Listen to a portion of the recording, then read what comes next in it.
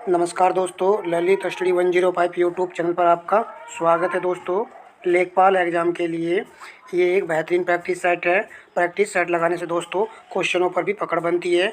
इस टेस्ट को आपको पूरा लगाना है, निश्चित ही एग्ज़ाम में सफलता मिलेगी। कम समय में इस टेस्ट को हम कंप्लीट कर लेंगे। चलिए क्लास को आरंभ करते हैं।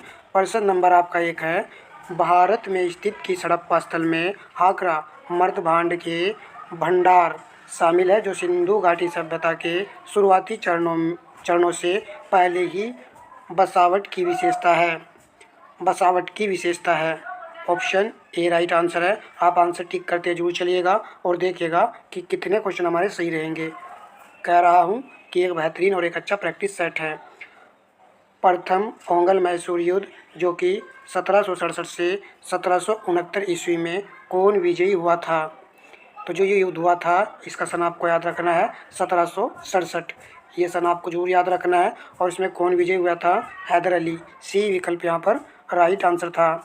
प्रश्न नंबर आपका 3 है, अकबरनामा का रिक्त स्थान फिल करना है। खंड अकबर के प्रशासन, घर, सेना, राजस्व, आय और उसके साम्राज्य के भूगोल से संबंधित है, जिसे आईनी अकबरी के नाम से जाना जाता है।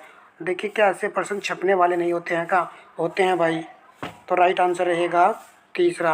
अकबरनामा का तीसरा खंड अकबर के प्रशासन, घर, सेना, राजस्व और उसके साम्राज्य के भूगोल से संबंधित है। आईन अकबरी के नाम से इसको जाना जाता है।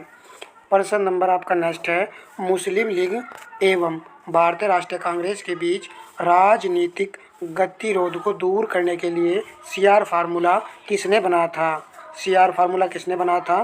दो में अक्सर कन्फ्यूजन रहता है, एक तो सीआर दास में और एक सी राजगोपालाचारी में।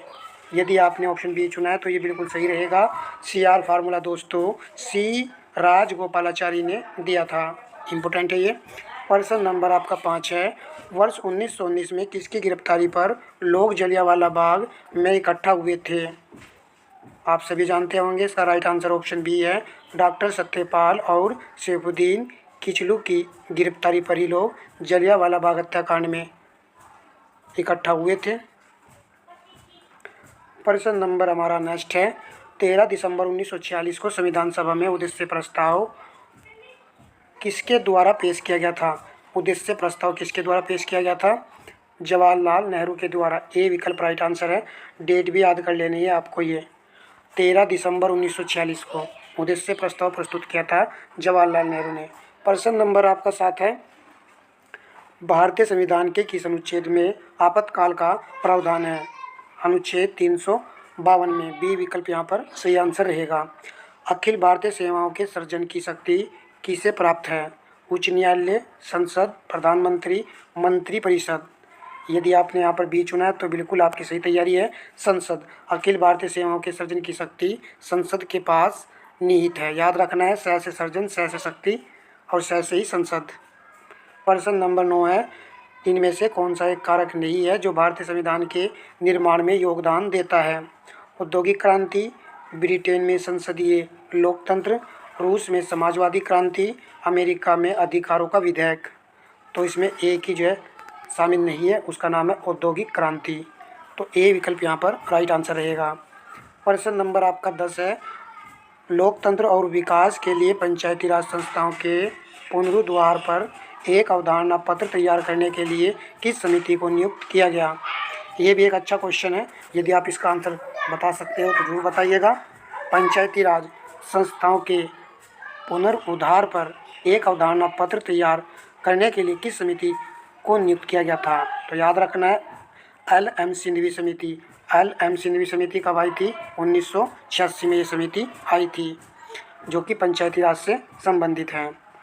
प्रश्न नंबर आपका जो है नेक्स्ट है, निम्नलिखित में से कौन सी संस्था भारत की समय संरक्षक टाइम कीपर है, अर्थात यह भारत की समय प्रणाली की निगरानी करती है? कौन सी एक ऐसी संस्था है? आप चारों विकल्प को ध्यान से देखिए और आंसर लगाने का पुरजोर प्रयास कीजिएगा। यदि आपने डी चुना है तो बिल्कुल सही चुन लिया है। CSIR NPL, national physical laboratory. प्रश्न नंबर आपका नेक्स्ट है, विश्व की जनसंख्या में भारत की जनसंख्या का प्रतिशत कितना है?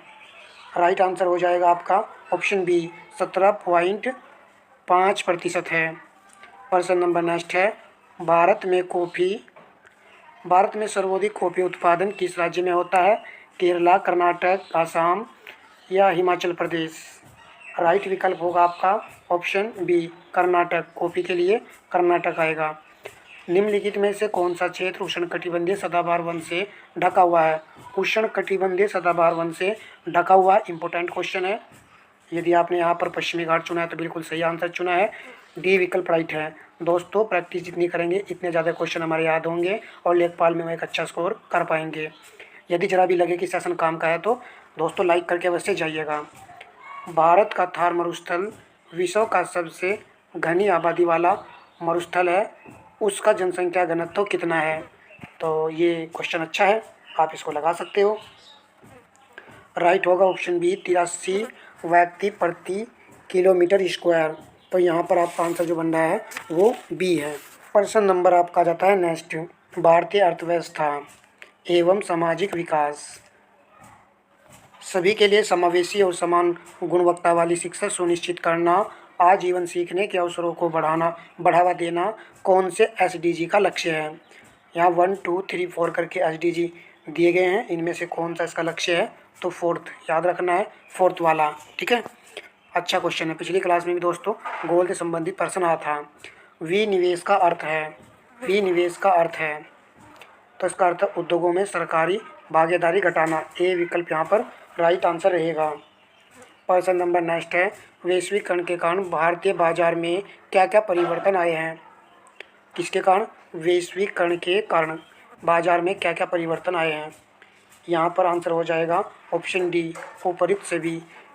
विदेशी निवेश में वृद्धि, उपभोक्ताओं के लिए अधिक विकल्प, तकनीकी प्रगति एवं निर्यात में वृद्धि। प्रश्न नंबर लगाते हैं दोस्तों नेक्स्ट, श्रमिक की उत्पादकता बढ़ाने पर निम्नलिखित में से क्या घटित होती है? राइट विकल्प है ऑप्शन सी, प्रतियोगी फर्मों को अधिक पूंजी के प्रयोग के लिए प्रेरित किया जाएगा। यदि आपको श्रमिक की उत्पादकता बढ़ाना है तो आपको प्रतियोगी फार्मों को अधिक पूंजी के प्रयोग के लिए प्रेरित किया जाना है। प्रश्न नंबर आपका नेक्स्ट है, आयकर अधिनियम के अंतर्गत निम्नलिखित में से कौन सा एक आयकर का स्रोत नहीं है? अन्य स्रोतों से आए, पूंजीगत लाभ से आए, गृह संपत्ति से आए, कृषि से आए, इसमें दोस्तों शामिल नहीं है। सी विकल्प हमारा राइट आंसर रहेगा। प्रश्न नंबर आ जाते हैं नेक्स्ट पर, ग्राम्य समाज एवं विकास है ये। प्रधानमंत्री सूर्य घर मुक्त बिजली योजना का उद्देश्य क्या है? तो राइट विकल्प है ऑप्शन ए। यदि ए चुना है तो बिल्कुल सही चुन लिया आपने। छत पर सोलर पैनल से 300 यूनिट मुक्त बिजली, ये है प्रधानमंत्री सूर्य घर मुक्त बिजली योजना का उद्देश्य। प्रश्न नंबर नेक्स्ट है, राष्ट्रीय कृषि एवं ग्रामीण विकास नाबार्ड एक संवैधानिक निकाय है। कैसा निकाय है ये? एक संवैधानिक निकाय है, ये भी पूछा जाता है, जिसकी स्थापना 12 जुलाई, याद रखना है डेट सहित, 12 जुलाई 1982 में किस अधिनियम के अंतर्गत की गई थी? तो जो अधिनियम था वो था दोस्तों 1981।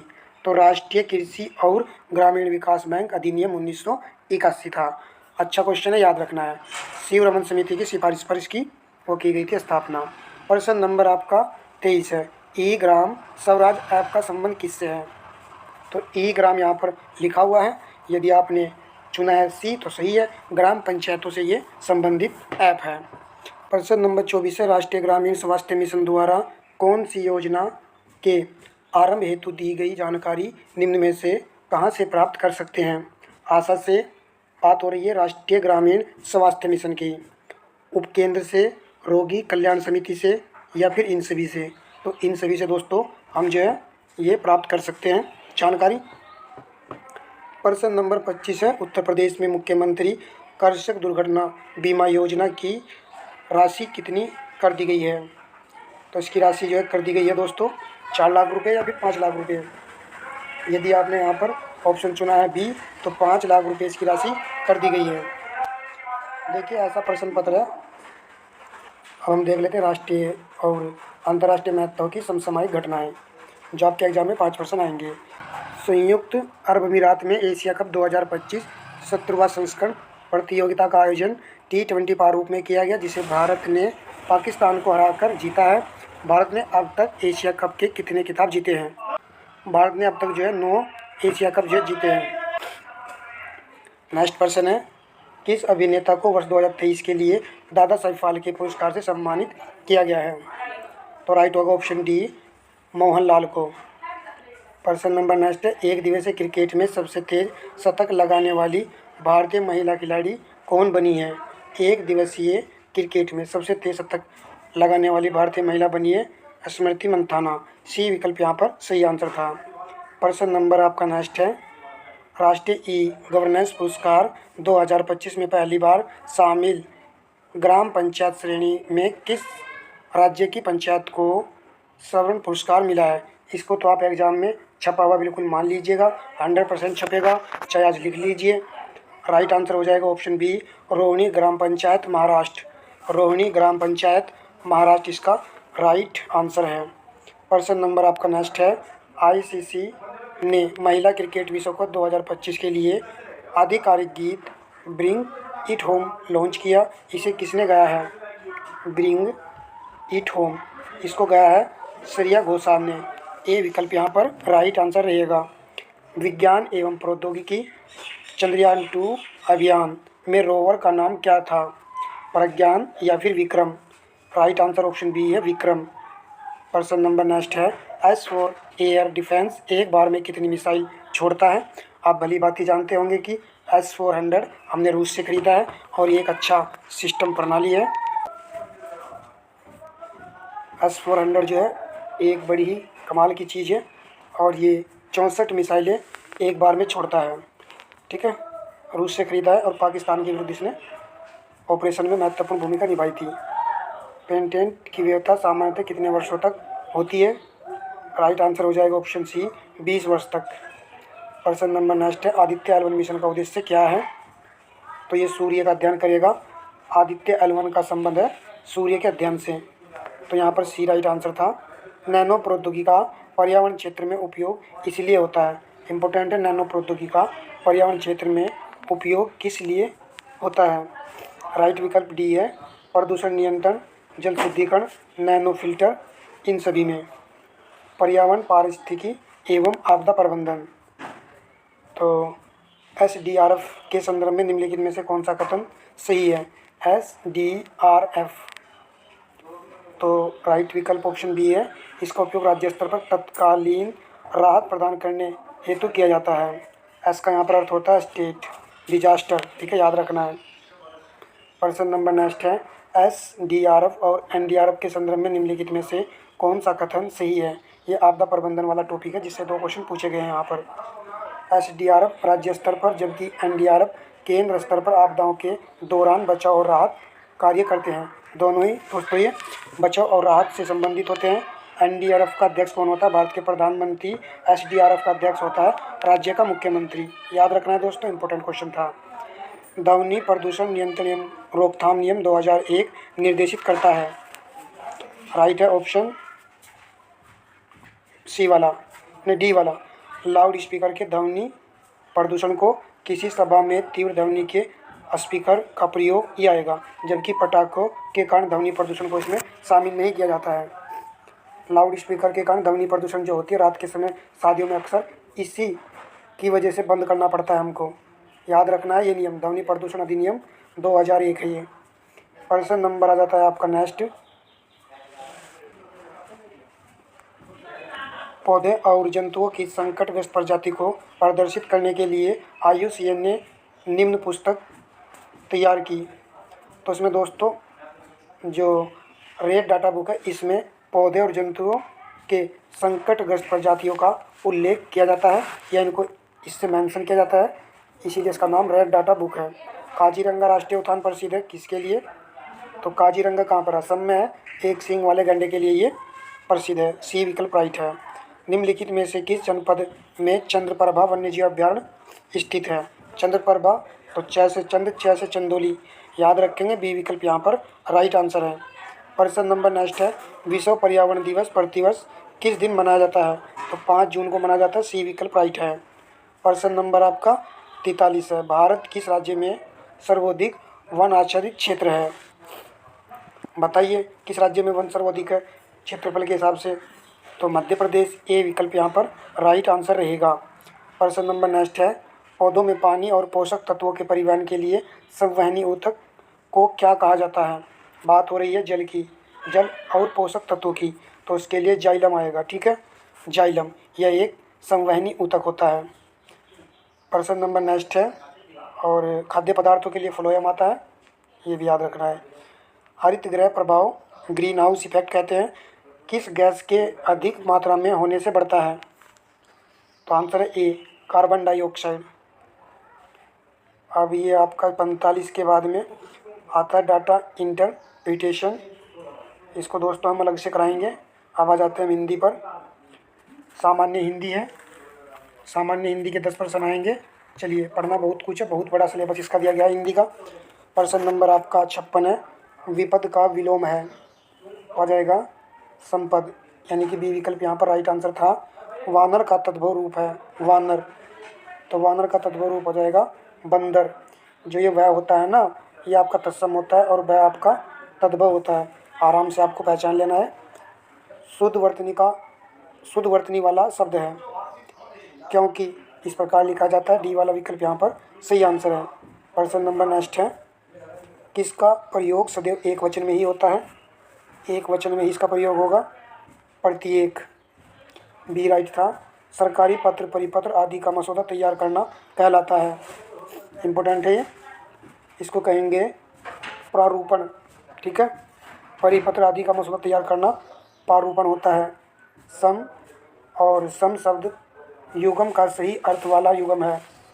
इस वाले सम का अर्थ होता है समान और इस वाले का होता है मोक्ष। याद कर लीजिए, जिसमें बड़ा सा लगा हुआ है सम, इसका अर्थ होता है मोक्ष। प्रश्न नंबर नेक्स्ट है। निम्नलिखित में से शुद्ध वाक्य को छांटिए। चारों को आप पढ़ लीजिए। सी विकल्प राइट है। इतने में कोई लपक कर आया और धक्का देकर चला गया। नेक्स्ट प्रश्न। इनमें से किस शब्द की संधि सही नहीं है? अधि प्लस आदेश अध्यादेश होता है। अभि प्लस आगत अभ्यागत होता है। अभि प्लस अर्थी अभ्यर्थी होता है। अधि प्लस अधीन अध्याधीन होता है। लग तो रहे हैं कि चारों ही सही हैं, परंतु एक यहाँ पर अशुद्ध है और वो है ऑप्शन सी। ये आएगा यहाँ पर अधि प्लस अधीन अध्याधीन। ठीक है, यहाँ पर या पूरा लिखा हुआ है, परंतु यहाँ पर ये वाला यह लगेगा। प्रश्न नंबर 64 है। बढ़ा चढ़ाकर कही गई बात के लिए एक शब्द निम्न में से कौन सा है? तो बढ़ा चढ़ा करके जो बात कही जाती है उसके लिए एक शब्द होता है अतिशयोक्ति। डी विकल्प राइट था। निम्नलिखित में से एक शब्द में द्विगु समास है, उस शब्द का चयन कीजिए। द्विगु तो एक संख्यावाचक होता है, चवन्नी राइट आंसर रहेगा बी। अब आ जाते हैं कंप्यूटर एवं ज्ञान प्रौद्योगिकी। ये एक फुल टेस्ट है दोस्तों, जिसको हम लगा रहे हैं और आपको लगेगा पता कि एक अच्छा बेहतरीन प्रैक्टिस सेट है और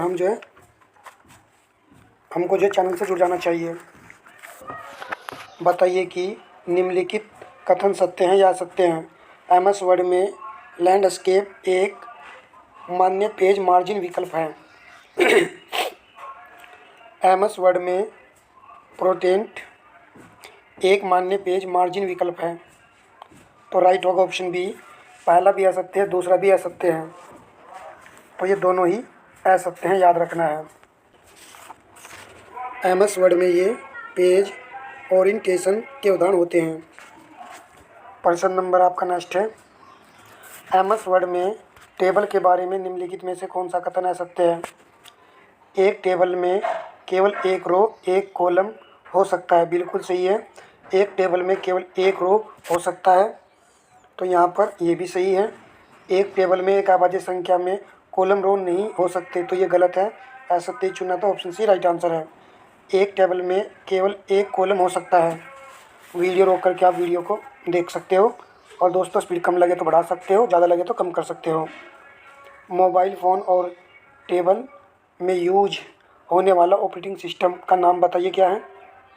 राइट है ऑप्शन डी iOS।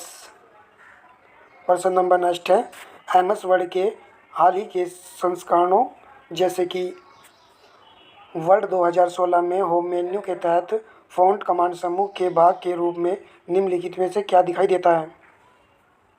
69 का सी है चेंज केस।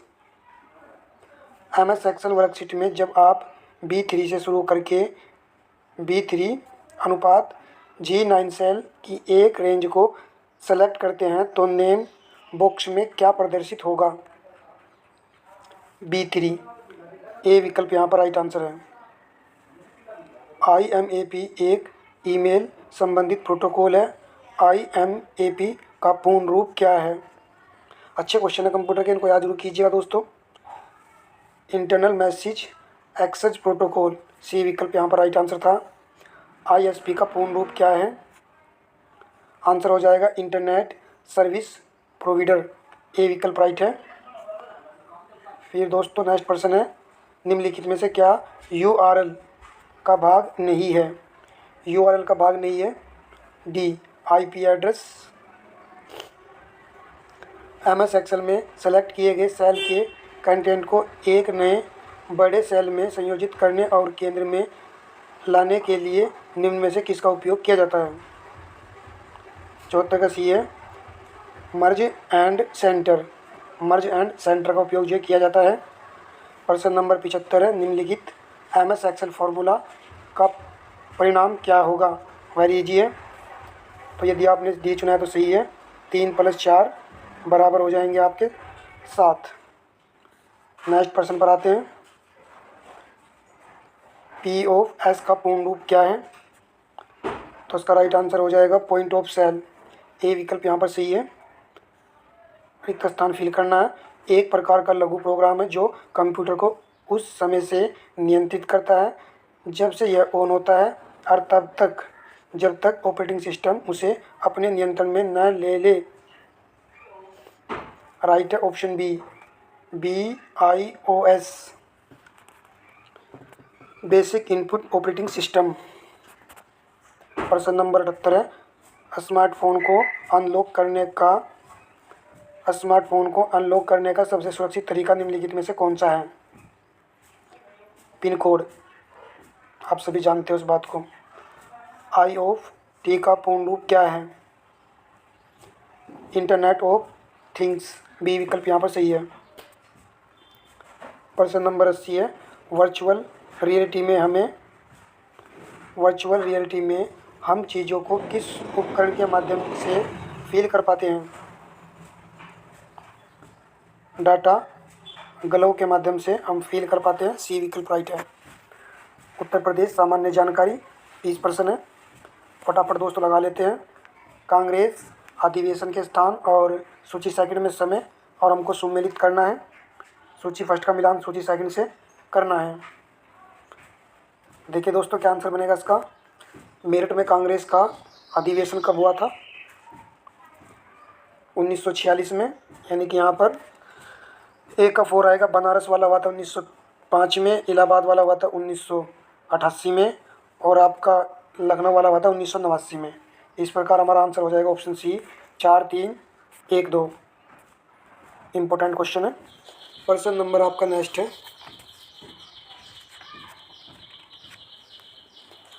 किस सल्तनतकालीन सुल्तान ने अपनी राजधानी दिल्ली से आगरा स्थानांतरित की थी?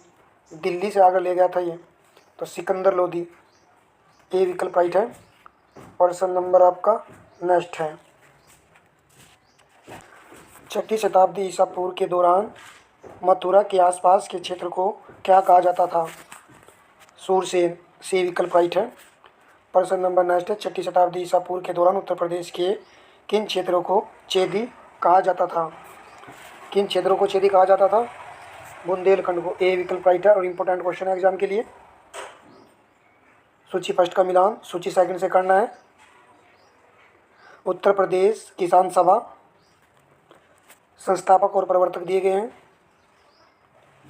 तो यहाँ पर होगा इसका उत्तर प्रदेश किसान सभा गौरी शंकर मिश्र, अवध किसान सभा बाबा रामचंद्र, एक आंदोलन मदारी पारसी, अखिल भारतीय किसान सभा, स्वामी सहजानंद सरस्वती।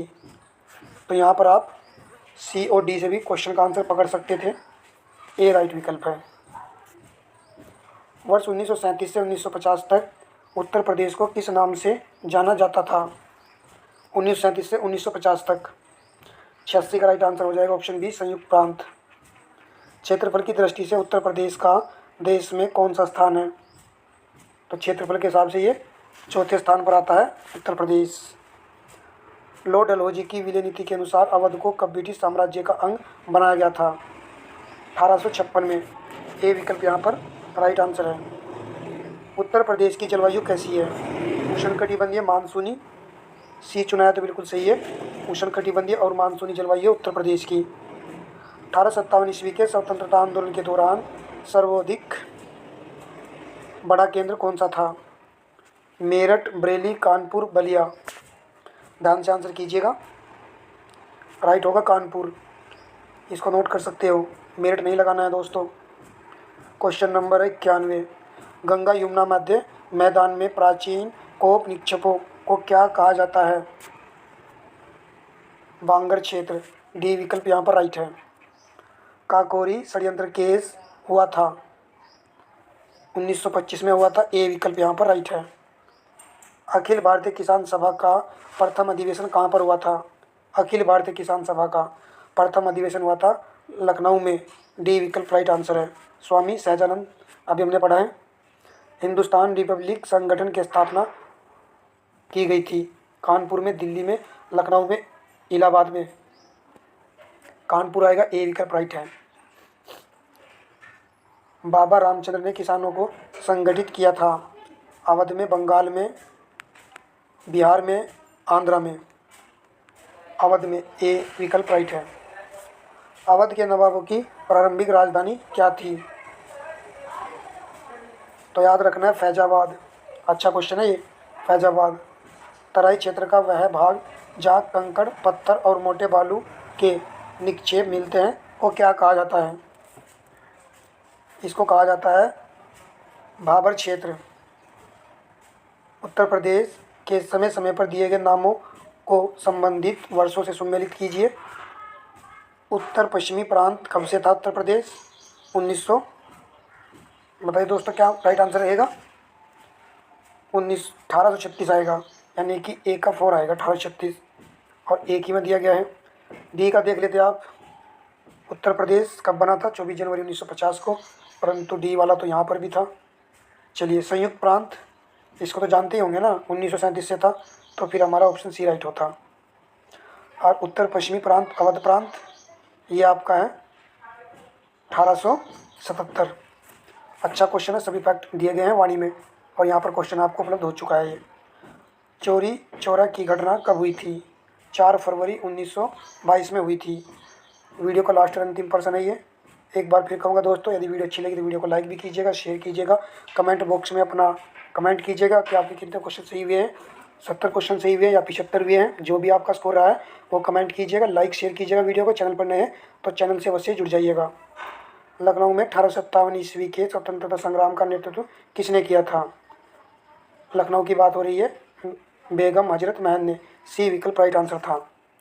तो इस प्रकार ये एक बेहतरीन प्रैक्टिस सेट था, जो कि सेट नंबर हमारा 6 था। ये कंप्लीट हो चुका है। नेक्स्ट सेट में फिर आपसे मुलाकात होगी। तब तक के लिए दोस्तों धन्यवाद।